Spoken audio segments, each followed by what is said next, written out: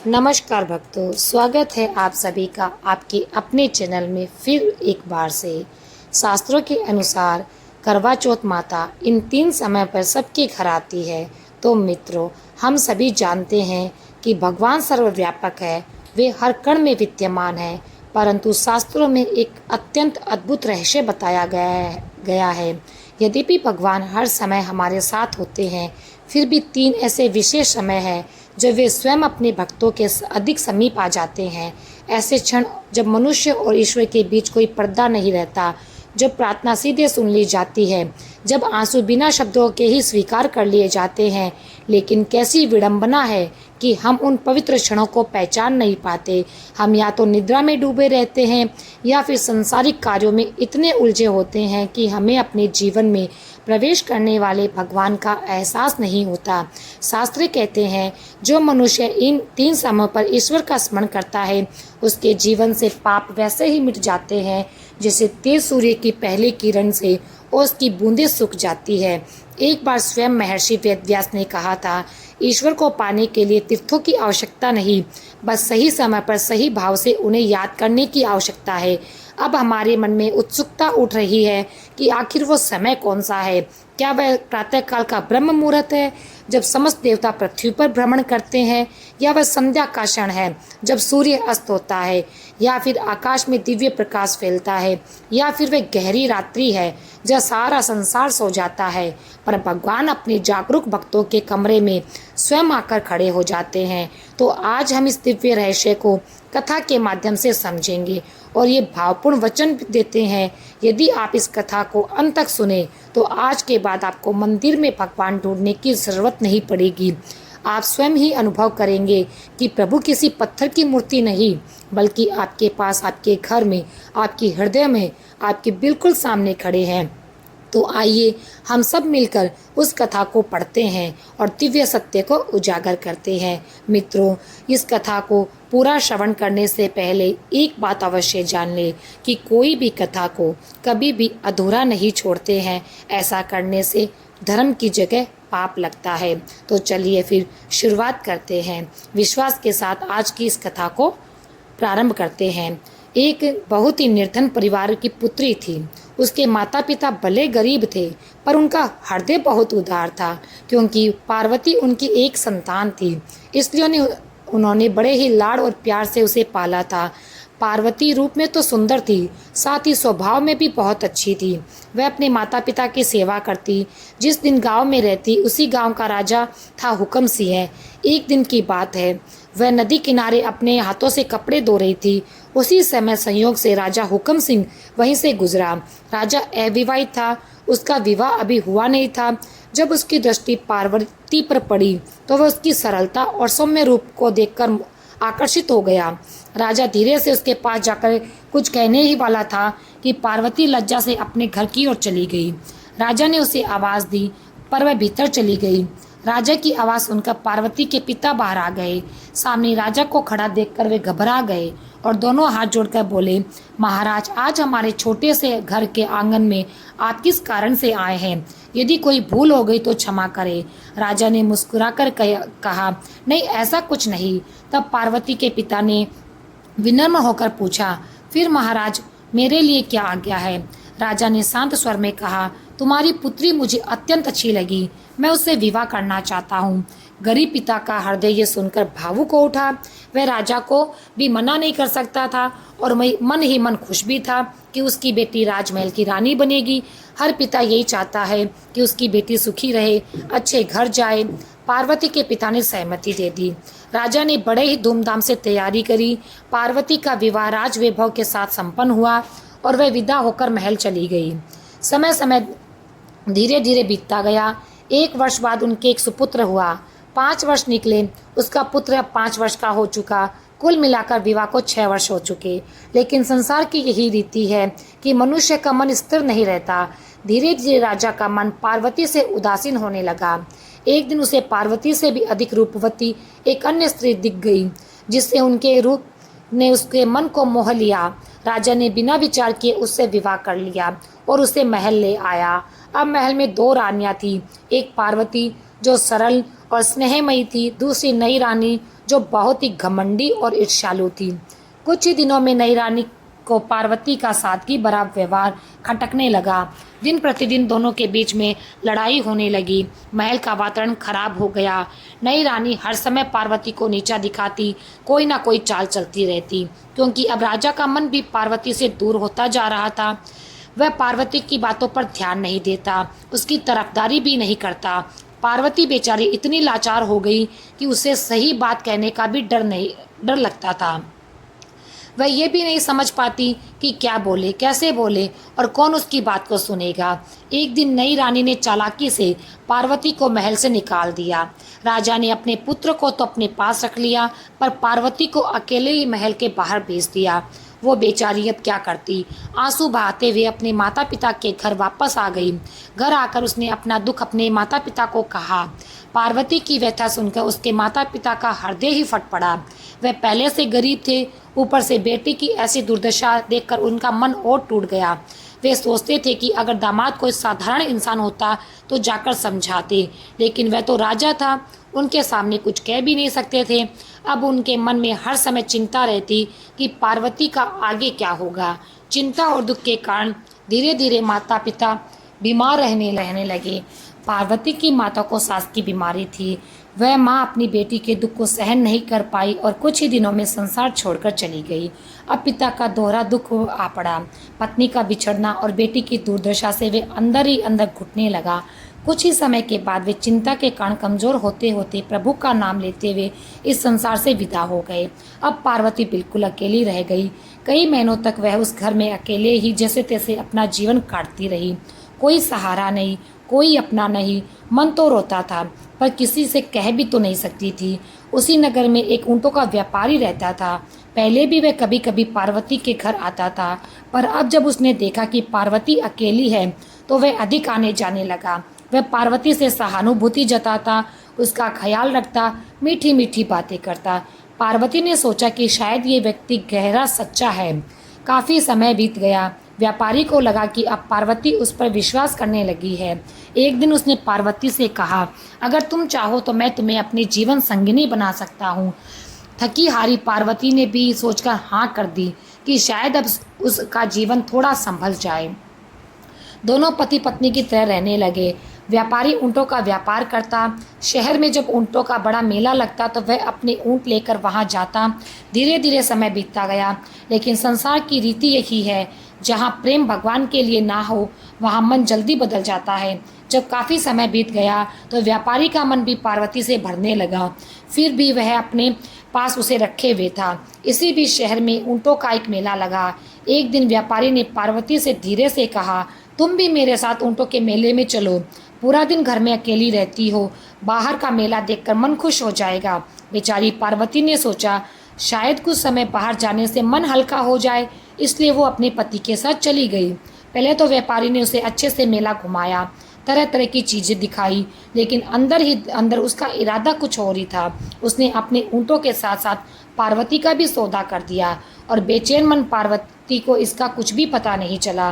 व्यापारी ने पार्वती को ऊँटों के पास बैठाया और कहा, तुम यहीं बैठो, मैं अभी आता हूँ। पर वो आया नहीं।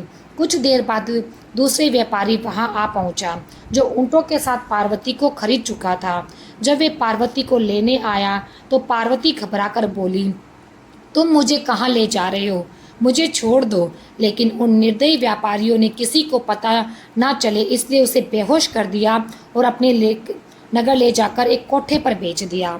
जब पार्वती को होश आया तो उसने खुद को एक अजनबी कमरे में पाया। सामने खड़ी थी कोठे की मालकिन। उसने कठोर स्वर में कहा, तुम्हारा नाम क्या है? हमें नहीं पता, पर हमने तुम्हें खरीदा है। अब तुम्हें नाचना गाना होगा, लोगों का मन बहलाना होगा और जो कहा जाएगा वो करना होगा। बदले में तुम्हें खाना और रहने के लिए जगह मिलेगी। बस पार्वती ने रोते हुए कहा, मैं ये सब नहीं कर पाऊंगी, मुझे छोड़ दो। तब मालकिन बोली, हमने तुम्हें खरीदा है, अगर हमारी बात नहीं मानोगी तो भूखी मरोगी, कोड़े बरसाए जाएंगे, यहाँ से भागने की कोशिश मत करना। बेचारी पार्वती ने बहुत रोकर मना किया, पर उस पर जुल्म शुरू हो गए। उसे भूखा रखा गया, मारा गया, इतना सताया गया कि उसकी हिम्मत टूट गई। उसने सोचा काश यहाँ जहर भी मिलता तो मैं खाकर अपने आप को मुक्त कर लेती, पर मरने का भी सहारा नहीं था। आखिरकार उसने मजबूरी में वही करना शुरू कर दिया जो उसे कहा जाता था। अब ये उसकी रोज़ की ज़िंदगी बन गई। 13 साल गुजर गए। शरीर अभी भी सुंदर था, पर चेहरा उदास रहता। एक दिन एक राजा का बेटा, जिसकी उम्र लगभग 22 वर्ष की थी, उस कोठे पर आ गया। पार्वती अब 40 की हो चुकी थी। मालकिन ने 13 स्त्रियों में से हर एक को दिखाया और कहा, जो तुम्हारी पसंद हो उसे चुन लो, हर की एक कीमत अलग है। राजकुमार ने अपनी दृष्टि पार्वती पर टिकाई। ये वही पार्वती थी जिनके जीवन में एक समय राजमहल था और अब ये हाल है। राजा के बेटे ने पार्वती को चुन लिया। पार्वती के पास अब बच्चे से लेकर बुजुर्ग सब आते थे। अब पार्वती का दिल पत्थर जैसा हो गया था। उसे किसी बात का कोई असर नहीं होता। उसने राजकुमार को अनुमति दे दी और उसे अपने कमरे में ले गई। कुछ समय बीतने के बाद पार्वती ने धीरे से पूछा, तुम कौन हो? राजकुमार ने उत्तर दिया, मैं हाकुम देश के राजा का पुत्र राजकुमार हर्ष हूँ। ये सुनते ही पार्वती का दिल कांप गया। ये वही नाम था जो उसने अपने बेटे का रखा था। उसके पैरों तले जमीन खिसक गई। उसने तुरंत अपने शरीर को कपड़ों से ढका। उसकी जुबान बंद हो गई और हिम्मत टूट गई। वह भीतर ही भीतर समझने लगी, जैसे आज ईश्वर ने मुझे मेरे किसी अनजाने पाप का दंड दिया है। वह अब ना रो पा रही थी, ना बोल पा रही थी, जैसे उसकी धड़कन रुक गई हो। राजकुमार ने पार्वती की तरफ देखा तो वह सहम गई। उसकी आंखें कहीं ठहर सी गई। वह दीवार की तरफ मुंह करके बैठी। ये अजीब हालत देखकर राजकुमार कुछ समझ नहीं पाया। उसने जाने की अनुमति मांगी। पार्वती ने धीमी आवाज़ में कहा, जा सकते हो। राजकुमार चला गया। पार्वती ने अपने दोनों हाथ आसमान की ओर उठाए और एक टूटी हुई करुणा भरी आवाज़ में प्रभु से कहने लगी, हे प्रभु, मैंने ऐसा कौन सा अपराध कर दिया? किस जन्म के पाप का मुझे फल मिला? इस जन्म में तो मैंने ऐसा कोई पाप नहीं किया था। आज मेरे ही पुत्र से मेरा ये अपमान हो गया। हे भगवान! उसकी आंखों से अश्रु की धारा बहने लगी। वह दीवार पर सिर मारने लगी और देर तक कमरे से बाहर नहीं निकली। इधर कोठे की मालकिन ने सोचा, आज तो राजकुमार आया है, वह खुश होकर गया होगा। ज़रूर पार्वती को कोई बड़ी भेंट देकर गया है। वह धीरे धीरे पार्वती के कमरे में गई। अंदर जाकर देखा तो पार्वती बहुत ज़ोर से रो रही थी। मालकिन ने कहा, पार्वती क्या हुआ? आज तो राजकुमार आया था, तुम्हें अच्छी भेंट देकर गया होगा।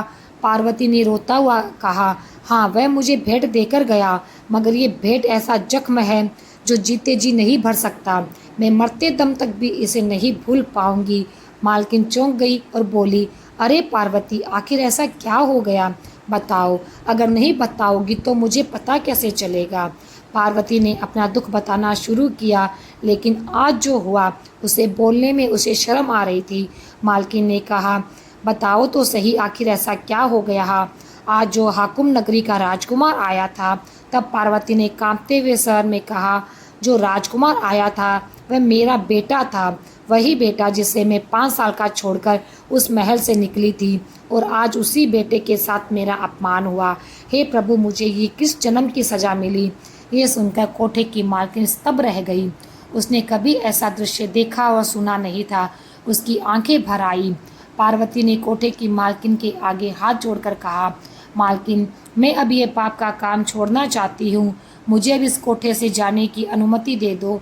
मैं कोई छोटा मोटा काम करके अपना पेट पाल लूँगी, लेकिन कृपा करके मुझे मजबूर मत करो। इतना कहकर वह मालकिन के पाँव में गिरकर रोने लगी। पहली बार कोठे की मालकिन का दिल पिघला। उसने पार्वती को उठाया और कहा, तुमने मुझे बहुत धन कमा कर दिया। जितने पैसों में तुम्हें खरीदा था उससे 5 गुना तुम मेरे लिए कमा चुकी हो, और आज जो तुम्हारे साथ हुआ उसने भीतर तक मुझे भी हिला दिया। तुमने जीवन में बहुत कष्ट झेले हैं। मैं तुम्हें आज़ाद करती हूँ। तुम जहाँ चाहो जा सकती हो। अगर कभी तुम्हें मेरी ज़रूरत पड़े तो याद कर लेना, मैं तुम्हारी मदद करने ज़रूर आऊँगी। पार्वती ने आंसू पोंछते हुए कहा, मालकिन, अब इससे बड़ा घाव मेरे जीवन में और क्या होगा? अब तो मुझे मर ही जाना चाहिए, लेकिन मैं मरूंगी नहीं। मैं देखना चाहती हूँ अभी और कौन कौन से कष्ट मुझे सहने बाकी है। शायद मेरे पाप अभी पूरे नहीं हुए। इतना कहकर वह कोठे की मालकिन के गले लगकर फुट फुट कर रोने लगी।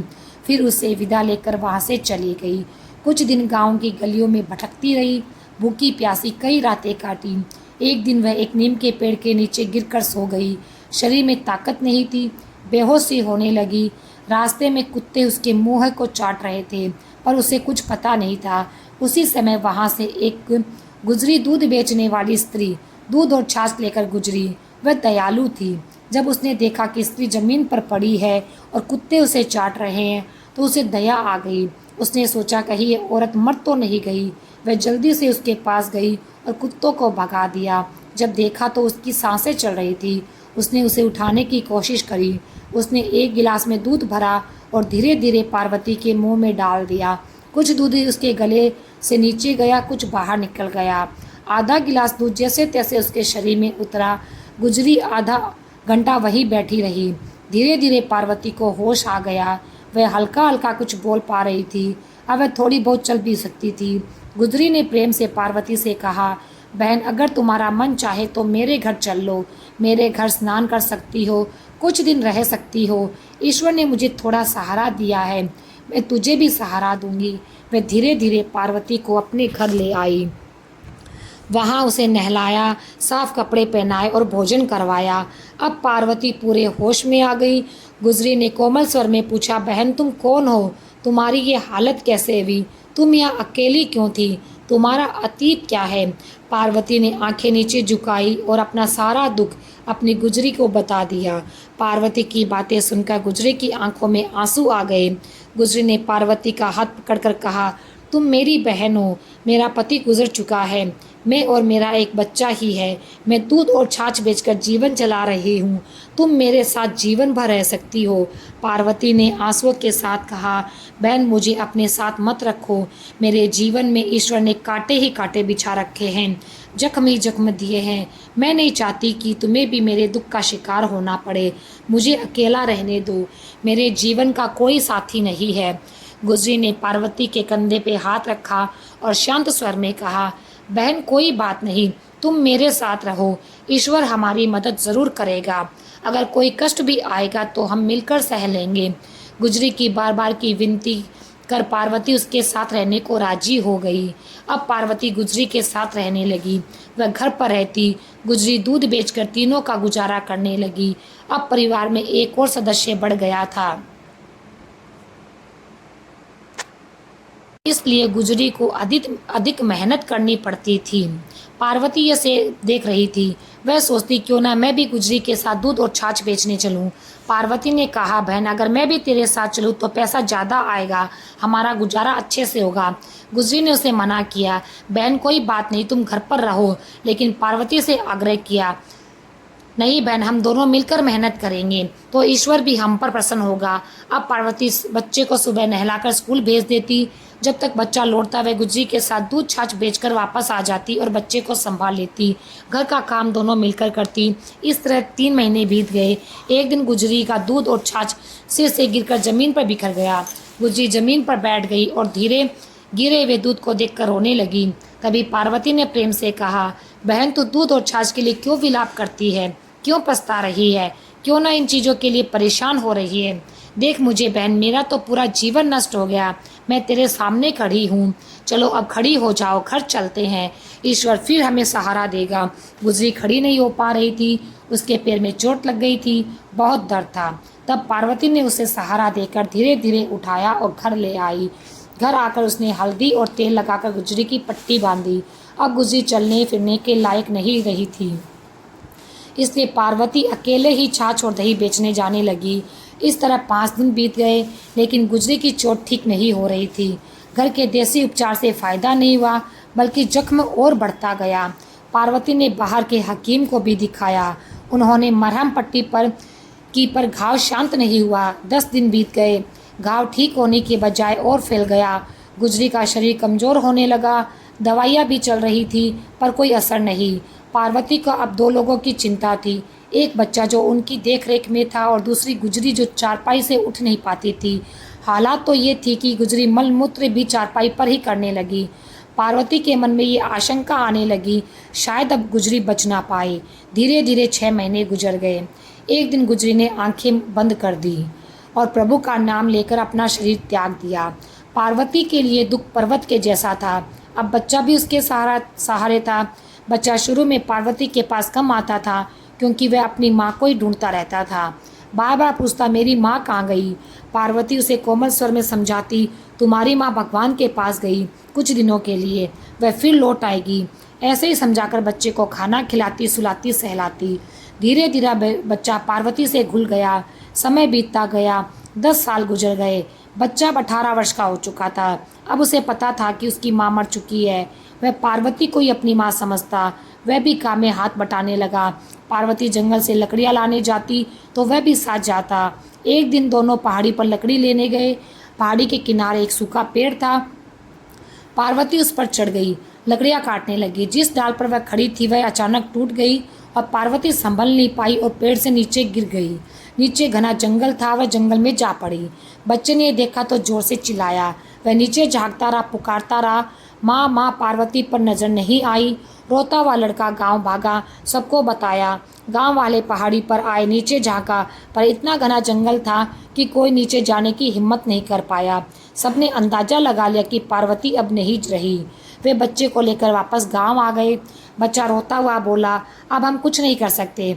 गांव वाले ने बच्चे को समझाया, इतनी ऊंची पहाड़ी से वे गिरी है, शायद बची ना हो, मर गई होगी या फिर किसी जंगल के जानवर उसे खा गए होंगे।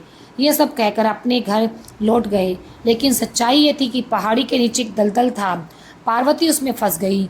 पहाड़ी से टकराने के कारण उसके शरीर में चोटें लगी, मगर वह मरी नहीं। वह गर्दन तक दलदल में फंस गई। दलदल गहरा नहीं था, पर इतना जरूर था कि पार्वती निकल ना सकी। वह 10 दिन तक वहीं फंसी रही। जंगली जानवर आते तो थे, मगर दलदल में घुस नहीं पाते थे। एक दिन कुछ आदमी वहां आए। उन्होंने देखा कोई स्त्री दलदल में फंसी है।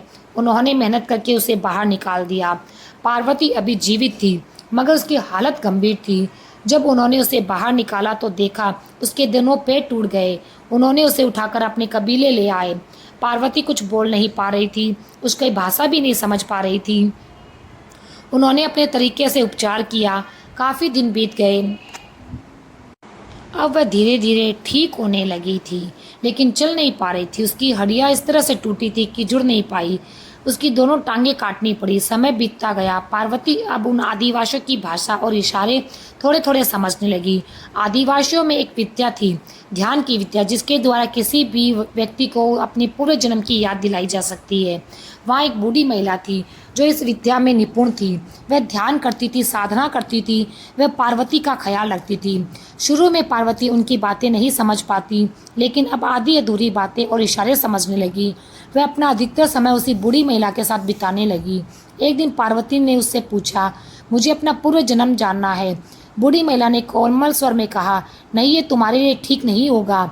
जो व्यक्ति अपने पूर्व जन्म को जानता है वह वापस लौटकर चैन से नहीं रह पाता।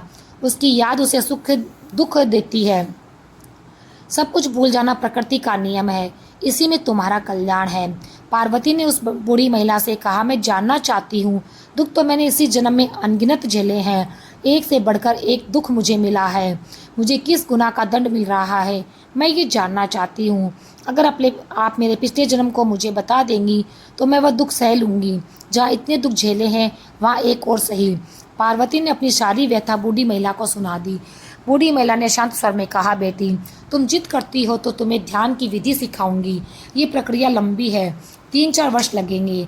तुम्हें अपने ध्यान में एक एक पल को याद करना होगा, अभी के पल से लेकर जन्म तक, फिर गर्भ के 9 महीने तक। उसके बाद ही तुम अपने पूरे जन्म में प्रवेश कर पाओगी। पार्वती ने दृढ़ स्वर में कहा, मुझे मंजूर है माँ। तब बूढ़ी महिला ने उसे ध्यान विधि शुरू करवाई। ये साधना 3 वर्षों तक चली। धीरे धीरे पार्वती अपने पिछले जन्म में पहुंच गई।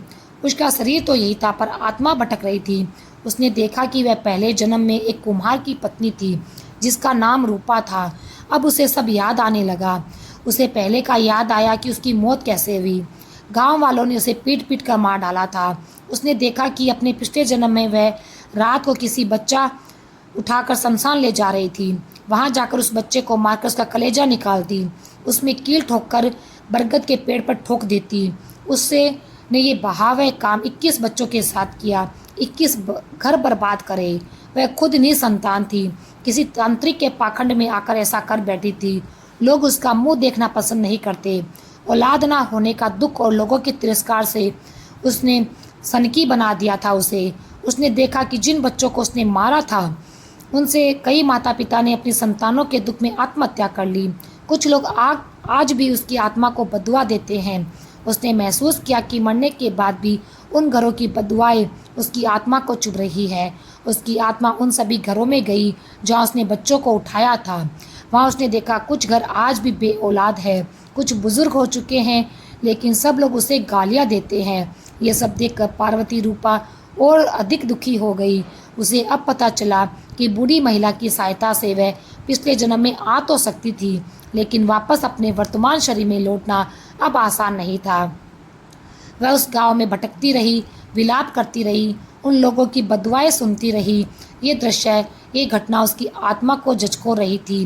वह बार बार सोचती, काश मैं यहाँ न आई होती तो ठीक रहता। उसका हृदय में पछतावा हो रहा था। पार्वती सोच रही थी, उस बूढ़ी महिला ने ठीक कहा था कि पूर्व जन्म में मत जाना, उसका परिणाम अच्छा नहीं है, मुझे पछताना पड़ेगा। अब पश्चाताप कर रही थी, रो रही थी, लोगों को पुकारती, मुझे मुक्त कर दो, मुझे माफ़ कर दो। लेकिन उसे महसूस होता कि कोई उसे सुन नहीं रहा, वह किसी को दिखाई नहीं दे रही। लोग उसके बीच से गुजर जाते, उन्हें कुछ एहसास ही नहीं होता।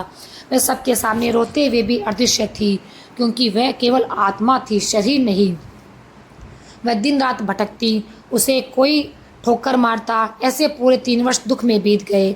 उसी गांव में एक तांत्रिक आया जो आत्मा को वश में करता था। जितनी भी आत्माएं उसकी पहुंच में थी, उनमें से एक पार्वती थी। वह उसे ऐसे उल्टे सीधे काम करवाता। जब पार्वती की बारी आई तो उस तांत्रिक ने कोई काम सौंपना चाहा, पर पार्वती जोर जोर से रो पड़ी, मैं तो पहले बहुत पाप कर चुकी हूँ, कृपा करके मुझसे और अपराध मत करवाओ। उसने अपने सारे राज उस तांत्रिक को बता दिए और प्रार्थना की, मुझे मुक्त कर दो, मुझे वापस अपने शरीर में जाना है। उस पार्वती ने शरीर में तांत्रिक बोला, यदि तेरा दुख इतना बड़ा है तो तुझे किसी काम के लिए मजबूर नहीं करूँगा, लेकिन तुझे शरीर में वापस भेजने की शक्ति मेरे पास नहीं है। पार्वती निराश होकर भटकती रही। इसी बीच एक दिन उस नगर में एक संत आए। रात में उन्होंने उसी गांव में ठहराव किया। संयोग से वही कुमार था जो पार्वती के पिछले जन्म का पति था। वह लगभग 80 वर्ष का हो चुका। रात को संत और बूढ़ा शिष्य आपस में ईश्वर का भजन कर रहे थे। पार्वती वहां मौजूद थी, अदृश्य रूप में। संत ने कहा, यहाँ कोई आत्मा है जो मोक्ष चाहती है, शायद तेरी पत्नी रूपा है। कुमार चौंक गया, मेरी पत्नी तो बहुत साल पहले मर गई थी, क्या उसकी आत्मा अभी भटक रही है? संत ने पार्वती से संवाद किया और पार्वती ने सारी बातें सच सच बता दी। संत ने कुमार से कहा, तुम्हारी पत्नी ने पिछले जन्म में जो पाप किए उसका फल मिल रहा है, वह पछता रही है, उसे मोक्ष चाहिए। कुम्हार बोला, हाँ, इसने बहुत दुख दिया, पर आज जो सजा इसे मिली उससे बड़ी सजा और क्या हो सकती है। संत ने कहा, मैं प्रयास करूँगा कि ये वापस अपने शरीर में जा सके। इसे मेरे साथ आश्रम चलना होगा, जहाँ हर रोज हरि का भजन होता है। भजन की शक्ति सबसे ऊपर होती है, वही उसके मार्ग पर ले जाएगी। संत पार्वती की आत्मा को अपने आश्रम में ले गए। वहाँ रोज हरि का भजन होता। पार्वती भी उन भजनों में सम्मिलित हुई। भजन गाए जाते, हरे कृष्णा हरे राम, तो पार्वती गुनगुनाती, नाचती, रोती। धीरे धीरे एक दिन उसे एहसास हुआ जैसे मैं वापस अपने शरीर में जाने लगी हूँ। उसने संत से कहा, मुझे लग रहा है मैं वापस लौट रही हूँ। साधु ने पार्वती से कहा, तुम अपने शरीर में वापस तो लौट सकती हो, लेकिन तुम्हारे पाप खत्म नहीं होंगे। तुम पापों से मुक्ति पाने के लिए तुम्हें 21 लोगों की ज़िंदगी बचानी होगी, चाहे किसी भी प्रकार से। यदि तुम 21 प्राणियों का भला करोगी तब तुम्हें मुक्ति मिलेगी। पार्वती बोली, मैं चाहे जितना कष्ट सहूँ, अब मैं केवल भलाई करूँगी। अब उसे अपना शरीर अपनी ओर खींचता हुआ महसूस हुआ। उसने साधु बाबा से आशीर्वाद लिया और वापस अपने शरीर में लौट गई। जब उसकी आंखें खुली तो उसने देखा कि अपने शरीर पर बड़े बड़े घाव हैं। चींटियों ने उसके शरीर को काटकर घायल कर दिया है। शरीर पर सैकड़ों घाव थे। वह दर्द से तड़प रही, फिर बेहोश हो गई। आदिवासी लोग रोज उसका शरीर देखते। वे जानते थे कि वह ध्यान की साधना में है, इसलिए उन्होंने कभी उसे छेड़ा नहीं, चाहे उसके शरीर को दीमक खा जाए या छींट। उस दिन जब उन्होंने देखा कि उसके शरीर में हलचल हुई, आंखें खुली, तो वे खुश हुए। उन्होंने उसकी मरहम पट्टी की, उसे भोजन करवाया। कुछ घंटों बाद पार्वती को होश आ गया। उसने तुरंत पूछा, वो बूढ़ी माता कहाँ है जो मेरी देखभाल करती थी? आदिवासी ने दुखी मन में कहा, उन्हें गुजरे हुए 1.5 साल हो चुके हैं। वे हर दिन तुम्हारे पास बैठती थी और ईश्वर से तुम्हारी वापसी की प्रार्थना करती थी। शायद उन्हीं की दुआओं का ही फल है तुम वापस आई हो। ये सुनकर पार्वती की आंखें भर आई। आदिवासी जानते थे पार्वती अपने पूर्व जन्म में चली गई थी, क्योंकि उस वृद्ध महिला ने उन्हें पहले ही बता दी थी। उन्होंने पार्वती से कहा, हमें भी बताओ तुम्हारे साथ क्या हुआ।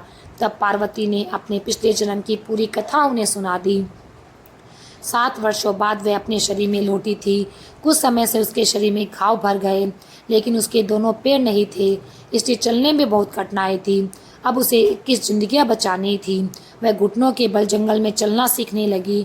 बहुत दुख होता, लेकिन वह हार नहीं मानती। धीरे धीरे घुटनों पर तेजी से चलने लगी। वह रोज जंगल जाती और ढूंढती कि कहीं कोई संकट में हो जिसे बचा सकूं।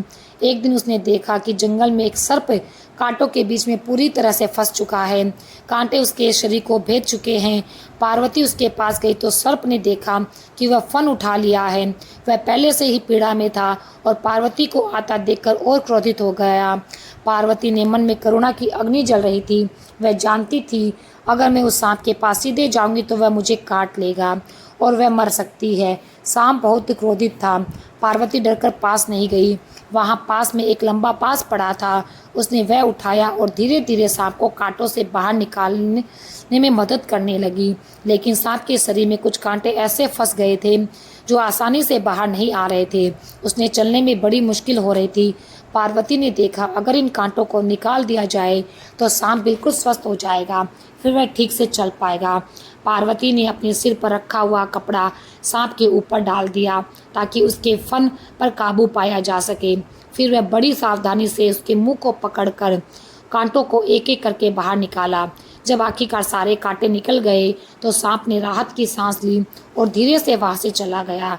पार्वती ने महसूस किया कि आज एक जिंदगी बचा ली। पार्वती रोज जंगल में इसी तरह ढूंढती रहती। जहाँ कोई संकट होता वहाँ पहुंचकर मदद करती। एक दिन वह एक शिकारी से मिली।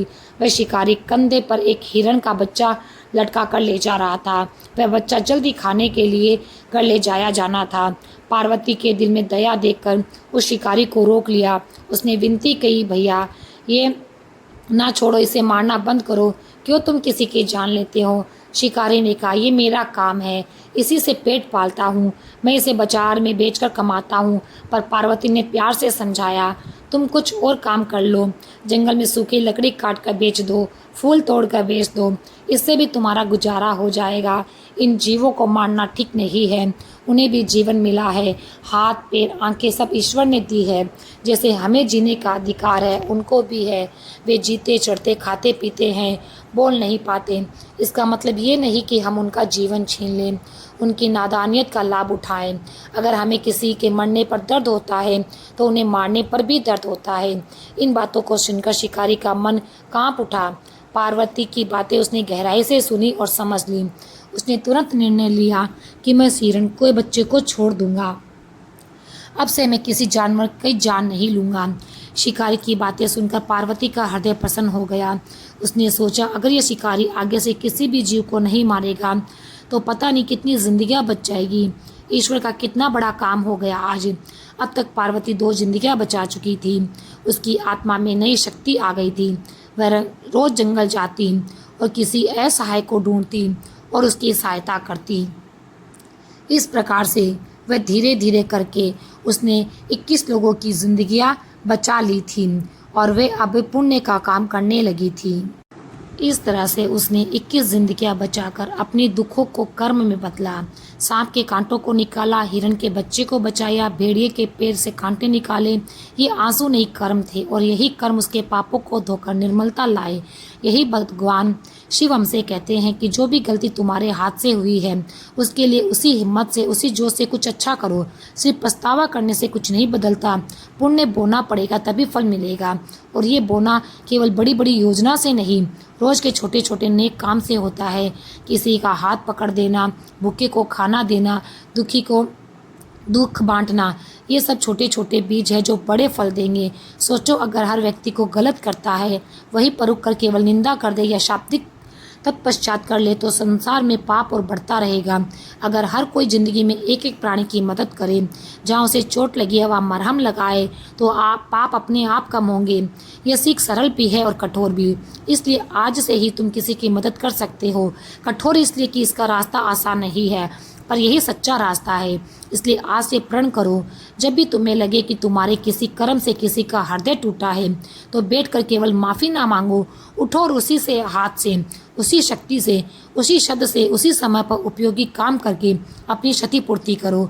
जब तुम किसी के चेहरे पर मुस्कान लौटा दोगे, जब किसी के घाव पर मरहम लगा दोगे, तब तुम्हारे शब्द भी अर्थपूर्ण हो जाएंगे और तुम्हारा सच्चा पश्चाताप पूरा होगा। तब भगवान शिव जैसा दयालु और न्याय भी तुम्हारी ओर देखेंगे और कहेंगे, अब तेरे पाप क्षमा हुए। याद रखो, पाप तभी करता है जब उसके स्थान पर पुण्य बोया जाता है। सिर्फ खेद करने से कुछ नहीं होता। कर्म बदलो, जीवन बदलो, दुनिया बदल जाएगी। दूसरी सीख, हर जीव में भगवान शिव का वास होता है। किसी भी प्राणी को कष्ट देना स्वयं को शिव को कष्ट देना है।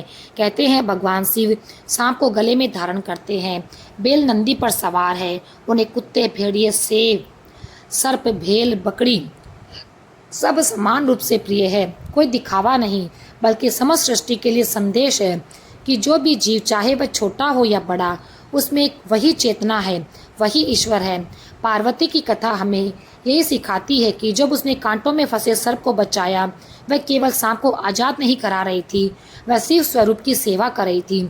जब उसने शिकारी को समझाकर हिरण का बच्चा छुड़ाया, तो वह केवल पशु रक्षा नहीं थी, वह ईश्वर के रूप में बचाने का प्रयास कर रही थी। जब उसने भेड़िए के घाव भरे, तब उसने केवल करुणा नहीं दिखाई, उसने प्रमाणित किया कि प्रेम की भाषा बिना शब्दों के भी समझी जा सकती है। भगवान शिव इस कलयुग को यही संदेश देते हैं, यदि तुम मंदिर में जाकर मुझे दूध चढ़ाते हो और बाहर आकर उसी दूध के लिए किसी जीव की माँ का दूध छीन लेते हो, तो समझो तुम पूजा नहीं पाप कर रहे हो। अगर महादेव के भक्त हो तो पहले ये समझो कि हर जीव तुम्हारा सहभोजी नहीं हो सकता। जीव को मारकर तुम अपनी भूख शांत करते हो, वह भूख नहीं, वह अज्ञान और क्रूरता है। भगवान कहते हैं, जिस दिन तुमने ये देखना सीख गए कि सर्प के भी आंसू होते हैं, हिरण भी अपनी माँ को पुकारता है, भेड़िया भी दर्द से सिसकता है, उसी दिन तुम्हारी आत्मा में शिव का जागरण हो जाएगा। सच्चा धर्म यही है। मंदिर में दीप जलाने से पहले किसी भूखे की थाली में रोटी का टुकड़ा रखो। शिवलिंग पर गंगा जल चढ़ाने से पहले किसी प्यासे जीव को पानी पिला दो, और किसी शिवलिंग को फूल चढ़ाने से पहले देखो कि तुम किसी जीव के कदमों के नीचे से कांटा निकाल दो। तो ऐसा करने से तुम्हारे सारे कष्ट दूर हो जाएंगे। और पार्वती ने सिद्ध कर दिया कि साधन नहीं, भावना जरूरी है। जब तुम दयालु हो जाते हो तो स्वयं भगवान तुम्हारे भीतर विराजमान हो जाते हैं। इसलिए आज से ये संकल्प करें कि जीव को कठोर नहीं होकर मारेंगे नहीं, किसी पक्षी को पत्थर नहीं मारेंगे, किसी पक्षी की भूख या प्यास नहीं छीनेंगे, किसी की प्राणी की असहाय पुकार को अनसुना नहीं करेंगे। क्योंकि जिस दिन तुमने किसी जीव के प्राण बचाए, उस दिन तुमने वास्तव में स्वयं भगवान शिव को बचा लिया। यही कलयुग की सबसे बड़ी पूजा है, यही सच्चा शिवत्व है। तीसरी सीख है कि सच्चा मोक्ष मंदिरों में नहीं, परोपकार और करुणा में मिलता है। मोक्ष का मतलब केवल समाधि या तीर्थ यात्रा नहीं। कई लोग सोचते हैं कि बहुत सारे मंत्र जप करो, तीर्थ जाओ, पूजा करो, बस मोक्ष मिल जाएगा। पर पार्वती ने अपने कर्म से क्यों बचाई, दर्द की सेवा करी, तभी उसको शांति मिली, सच्ची मुक्ति मिली, आत्मा हल्की हुई, दिल का शांत हुआ। भगवान शिव हमें समझाते हैं कि असली भक्ति रूप वही है जिसमें हाथ उठाकर किसी का भला किया जाए। अगर तुम केवल शब्दों में भक्ति करोगे पर किसी के काम नहीं आओगे, तो वो भक्ति अधूरी है। परोपकार और करुणा से ही मन अंदर से बदलता है। जब तुम किसी भूखे को रोटी दोगे, किसी घायल को मरहम दोगे, किसी अकेले का हाथ थामोगे, तब तुम्हारे शब्द भी पवित्र होते जाएंगे, तुम्हारा आत्मिक बोझ हल्का हो जाएगा। पार्वती ने अपने घुटनों से चलकर भी जीवों की सेवा की। उसके पास बड़ी शक्तियाँ नहीं थी, पर उसने जो भी कर पाया पूरे दिल से किया। इसी तरह हम छोटे छोटे काम से बड़ा बदलाव ला सकते हैं। मोक्ष पाने के लिए ज़रूरी नहीं कि आप बड़े तप करें, ज़रूरी है आप रोज़ किसी न किसी का दुख कम करें। एक जरा सा दायित्व निभाने से भी आत्मा को बहुत शांति मिलती है। सच्चा परोपकार निस्वार्थ होता है। पार्वती ने तब भी मदद की जब उसके पास कुछ नहीं था। मदद की भावना में स्वार्थ नहीं होना चाहिए। जब तुम बिना स्वार्थ के सेवा करते हो तब ईश्वर की कृपा स्वतः आती है, और ये वही मार्ग है जिससे व्यक्ति जन्म मरण के बंधन से धीरे धीरे मुक्त हो जाता है। ये समझो कि मोक्ष एक दिन में नहीं मिलता। पार्वती को भी 7 साल घुटनों की पीड़ा सहनी पड़ी, लगातार साधना करनी पड़ी। इसलिए धैर्य रखो, हर दिन एक छोटा सा सपूत कर्म करो, किसी की मदद करो, किसी की सुनो, किसी के लिए दान करो, और धीरे धीरे कर्म तुम्हारे अंदर तुम्हारी ताकत बन जाएंगे। ऐसा करने से तुम जीवन में सफल भी हो जाओगे। दोस्तों, ये कथा अभी ख़त्म नहीं होती है। अभी हम जानेंगे कि वह 3 समय कौन से हैं जब माँ करवा अपने भक्तों को स्वयं दर्शन देने आती है। तो शास्त्र में कहते हैं कि 3 घड़ियाँ ऐसी है, वह सीधा अपने सच्चे भक्त के पास आती है। इन 3 घड़ियों को पहचाना हमारे जीवन का सबसे बड़ा वरदान है, क्योंकि जब वह घड़ी आती है हम खुले मन से उसे पाते हैं, कष्ट छूटते हैं, आशा जागती है और आत्मा में शांति उभरती है। आज हम इन्हीं 3 समयों को सरल भाषा में भक्ति भाव से समझेंगे, ताकि जब आपकी ज़िंदगी में वो लम्हा आए तब आप उसे पहचान कर कर पूर्ण समर्पण से इसे स्वीकार कर सकें। पहला समय है जब भक्त का मन बिल्कुल निस्वार्थ प्रेम से भर जाता है। ऐसे मौके पर भक्त किसी लाभ की आशा नहीं रखते। वे ना मांगते हैं ना दिखावा करते हैं, केवल प्रेम और समर्पण के साथ दीपक जलाते हैं। शास्त्रों में ऐसे समर्पण को सच्ची भक्ति कहते हैं। जब मन का हर लिप्स, हर द्वेष, हर अहंकार मिटकर केवल प्रभु का स्मरण करता है, तब ईश्वर स्वयं उस भक्त के समीप उतर आते हैं। ये उतरना किसी भौतिक रूप का नहीं भी हो सकता है। ये अनुभव ऐसा है जैसे अदृश्य हाथ ने गले में को थाम लिया हो, जैसे भीतर एक अमृत रस बहने लगा हो। उस समय संसार की हर छोटी चिंता क्षीण हो जाती है, सदा से भरा जीवन नई दिशा लेता है। ऐसे में चाहे कोई संकट नज़दीक हो या खुशी की घड़ी, भक्त को एक अटूट विश्वास मिलता है कि प्रभु उसके साथ है, माँ करवा उसके साथ है। इसलिए शास्त्र हमें बार बार सिखाते हैं कि निस्वार्थ भक्ति करो, क्योंकि वही भक्ति ईश्वर को तुम्हारे पास खींचती है। दूसरा समय वो है जब भक्त का मन सच्चे दुख और कठिनाई में टूटकर सब कुछ स्वीकार कर लेता है। जीवन में कुछ क्षण वे आते हैं जब सारी युक्तियां फेल हो जाती है, इलाज भी बेअसर हो जाता है, अपनेपन सहारे भी काम नहीं आते। ऐसे वक्त में जो मन पूरी तरह से झुक जाता है, जो कहता है हे प्रभु अब तू ही रह गया है, वही मन ईश्वर को बुलाता है। शास्त्र इसे शरणागति कहते हैं। जब शरणागति का अर्थ है भक्तों खुद को पूरी तरह खोल देना, अपने अहम को त्याग देना और पूरी तरह से माँ करवा के हाथों में स्वयं को सौंप देना। ये योग तप और नियम या भक्ति के अनेक स्वरूप से अलग एक सरल और सच्चा रास्ता है। जब भक्त इसी तरह से पूरी तरह से समर्पण कर लेता है तो करवा माता उस आत्मा पर अपनी दया प्रकट करती है। कभी कभी वह दया तत्कालिक चमत्कार के रूप में भी आ जाती है। किसी रोग से मुक्ति, किसी रिश्ते का सुधरना या विपत्ति का अचानक ही समाधान हो जाना। और कई बार ये दया भीतर की शंका, भय और अकेलेपन को मिटाकर जीवन में आशा की किरण जगा देती है। इसलिए कठिनाइयों में टूटकर भी अगर तुमने स्वयं को नहीं खोया बल्कि करवा माता के चरणों में समर्पित कर दिया तो याद रखिए वही समय करवा माता तुम्हारे लिए सबसे सहयोगी साबित होगी। तीसरा समय है जब मृत्यु का समय आ जाए या अंतिम क्षण हो, आत्मा पूरी तरह से शांत हो जाती हो, तब शास्त्र कहते हैं कि मृत्यु का क्षण सबसे सच्चा और निसंदेह अवसर होता है। जीवन में हमने जितना भी किया, सोचा, चाहा, सब कुछ उस पल में अर्थ खो देता है, पर वही घड़ी है सदा और सच्चाई के लिए सबसे बड़ा अवसर है। यदि उस समय में, यदि हृदय में हर तरह का पाप या घृणा, दुनिया की लालसा ना रहे और आत्मा सच्चे मन से माता करवा का स्मरण करे तो माता करवा अपना आशीर्वाद सदैव उसके ऊपर रखती है। इसलिए हमारे धर्म में अंतिम समय की तैयारी का विशेष महत्व है। हम हर रोज अपने अंतकरण का स्मरण करें, अच्छे काम करें, भजन करें, कीर्तन करें, प्रभु का नाम जपें। ऐसे अभ्यास से जब मृत्यु का समय आता है आत्मा स्थिर रहती है और प्रभु के दर्शन का वर मिलता है। इस दृष्टांत किसी भय से अधिक प्रेम और पूर्णता का संदेश देता है। तो जीवन की अंतिम घड़ी भी भक्ति से रोशन हो सकती है। अब आप सोचेंगे ये तीनों समय कैसे पहचाने। सबसे पहले साधारण जीवन में छोटे छोटे संकेत मिलते हैं। जब तुम बिना उम्मीद के किसी के लिए त्याग करते हो, भीतर आनंद महसूस होता है। समझ लो प्रभु का अंश तुम्हारे साथ है। जब तुम किसी कष्ट में धैर्य और समर्पण दिखाते हो तो वही संकट ईश्वर की परीक्षा नहीं बल्कि बुलावा होता है।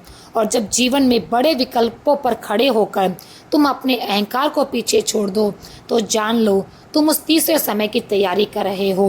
मृत्यु ही नहीं बल्कि जीवित रहते हुए भी आत्मा की स्थिरता की तैयारी। शास्त्र हमें सिखाते हैं कि भक्ति केवल समय की वानगी नहीं, यह हर दिन की साधना है, हर क्षण की सजगता है और हर कर्म का परिशील है। इन तीनों घड़ियों में ईश्वर का आना केवल व्यक्तिगत सुख शांति देने के लिए नहीं। शास्त्र कहते हैं जब 1000 ऐसे भक्त एक साथ निस्वार्थ भक्ति, सच्चे दुख में शरणागति और मृत्यु की याद में जीवन जीने लगे तो समाज बदल सकता है। अत्याचार अन्याय घटते हैं, परिवारों में मेल जोल बढ़ता है, लोग सच्चे और सरल होते हैं। इसलिए ये विशेष अवसर न केवल व्यक्तिगत अनुग्रह के क्षण हैं बल्कि पूरे समाज के लिए दर्पण बनकर खड़े रहते हैं, क्योंकि एक भक्ति शुद्धता और कई आत्माओं को प्रेरित करती है। अब कुछ अभ्यास बताती हूँ जो आप रोज कर सकते हैं ताकि जब भी कुछ खास समय आए आप तैयार रहे। सुबह शाम प्रभु का नाम का जप करें, पर ये केवल शब्द ना हो, मन से प्रेम से भाव रखें। अपने आचरण में दूसरों के लिए दया दिखाएं, जिससे भक्ति और कर्म दोनों साथ साथ चले।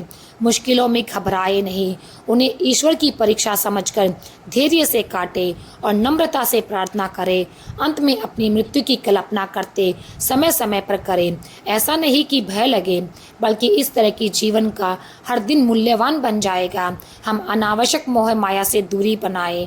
ये छोटे छोटे अभ्यास तुम्हारे मन को मजबूत कर देंगे और जब भी तीनों में से कोई भी समय आएगा तुम उसे पहचान कर उस अनुग्रह का भागीदार बन जाओगे।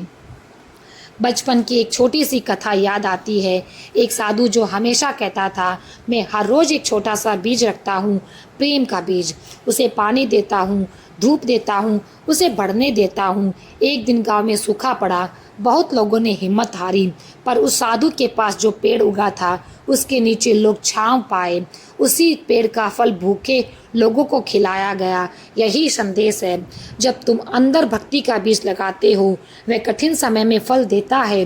प्रभु उस पर अपनी कृपा बरसाते हैं। शास्त्र भी यही कहता है, भक्ति का बीज जितना सच्चा होगा उतना ही प्रभु का निकटता आपके पास आएगी। अंत में ये कहना चाहूँगी, इन तीनों समय का ज्ञान सिर्फ जानकारी नहीं बल्कि जीवन की अमृत रूपी सीख है। जब भी तुम शास्त्र की बात सुनो उसे अपने जीवन में उतारने की कोशिश करो। निस्वार्थ से प्रेम करो, कठिनाइयों में समर्पण करो और मृत्यु के स्मरण से जीवन को पवित्र करो। तो भक्तों, ये थी एक अनोखी कथा जिसे सुनकर आपको आनंद आया होगा। यदि आया तो हमारे चैनल को सब्सक्राइब करें।